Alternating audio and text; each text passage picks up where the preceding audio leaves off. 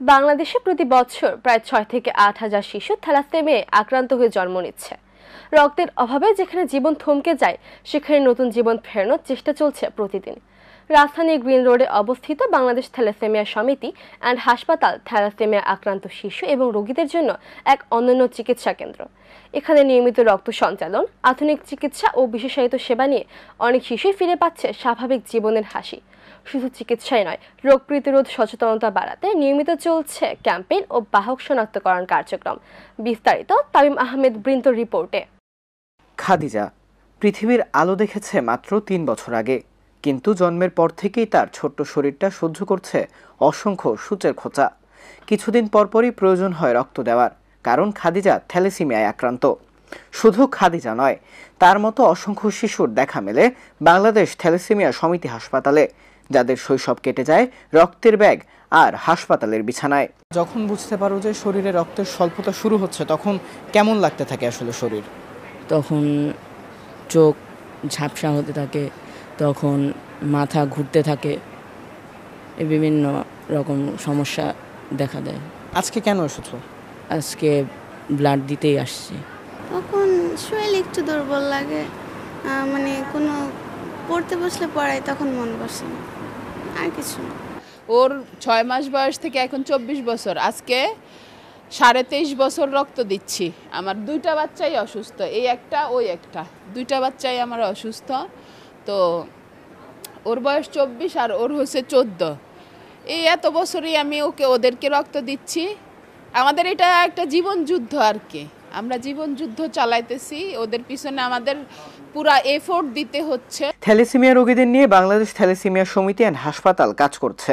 Bangladesh thalassaemia সমিতির অধীনে এই বাংলাদেশ থ্যালাসেমিয়া সমিতি হাসপাতাল পরিচালিত হচ্ছে, এবং বাংলাদেশ থ্যালাসেমিয়া সমিতিটা সম্পূর্ণরূপে শুধুমাত্র রোগী এবং রোগীর বাবা মার দ্বারা গঠিত এবং পরিচালিত একটি সম্পূর্ণ অলাভজনক স্বেচ্ছাসেবী সংগঠন। বাংলাদেশে ভয়াবহভাবে এই রোগের বাহকের সংখ্যা বেড়ে যাচ্ছে। এখন আমি তোমাদের বলছিলাম যে এই রোগটা কিন্তু সম্পূর্ণভাবে অ্যাবসলিউটলি এটা কিন্তু জেনেটিক ডিজিজ, যে বাবা মার কাছ থেকে উত্তরাধিকার সূত্রে প্রাপ্ত একটা রোগ। অর্থাৎ বাবা যদি বাহক হন, মাও যদি এই রোগের বাহক হন, তাহলে বাহকে বিয়ে করলে এই রোগটা হতে পারে।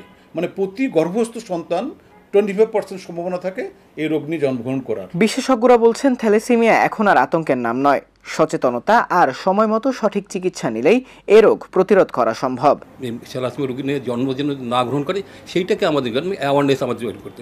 আর আমরা জানি এটা প্রিভেন্টেবল ডিজিজ, 100% প্রিভেন্টেবল। আমি যে জানি যে আমি ক্যারিয়ার, আমি যদি আরেকজন ক্যারিয়ারকে বিয়ে না করি, অবশ্যই আমাদের বাচ্চা রোগী হবে না। এটা আমরা সহজেই করতে পারি, এবং এই টেস্টটা আমাদের দেশে এখন প্রত্যেকটা ডিস্ট্রিক্টে চলে আসছে। একটা সিম্পল টেস্ট, হিমোগ্লোবিন ইলেকট্রোফোরেসিস, এটা করলে আমরা বুঝতে পারবো যে আমি ক্যারিয়ার কিনা। যদি ক্যারিয়ার হয়, আমি একজন ক্যারিয়ারকে বিয়ে করবো না, আমাদের বাচ্চা রোগী হবে না। আর যদি ক্যারিয়ার না থাকে, আমি যে কাউকে বিয়ে করতে পারি।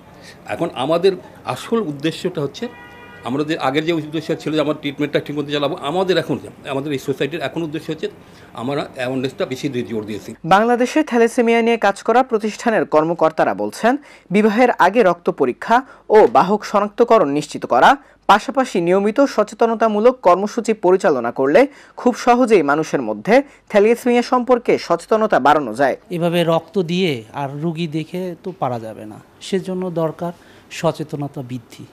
তো সেই থেকে আমরা বিভিন্ন স্কুল কলেজ, এমনকি যখন স্কুল কলেজ বন্ধ থাকে, গ্রামে গ্রামে আমরা সবাইকে জড়ো করে 2 ঘন্টার একটা আমরা প্রোগ্রাম করি, সেখানে থাকে সচেতনতা প্রোগ্রাম।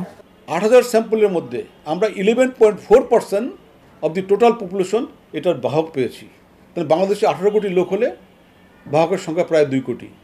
তো এই যে ভয়াবহ অবস্থা, এটা আগামী দিনে কত বড় একটা স্বাস্থ্য সমস্যা তৈরি করবে বা স্বাস্থ্য ব্যবস্থার জন্য কত বড় একটা হুমকি হয়ে দাঁড়াবে, এটা সহজেই অনুমেয়।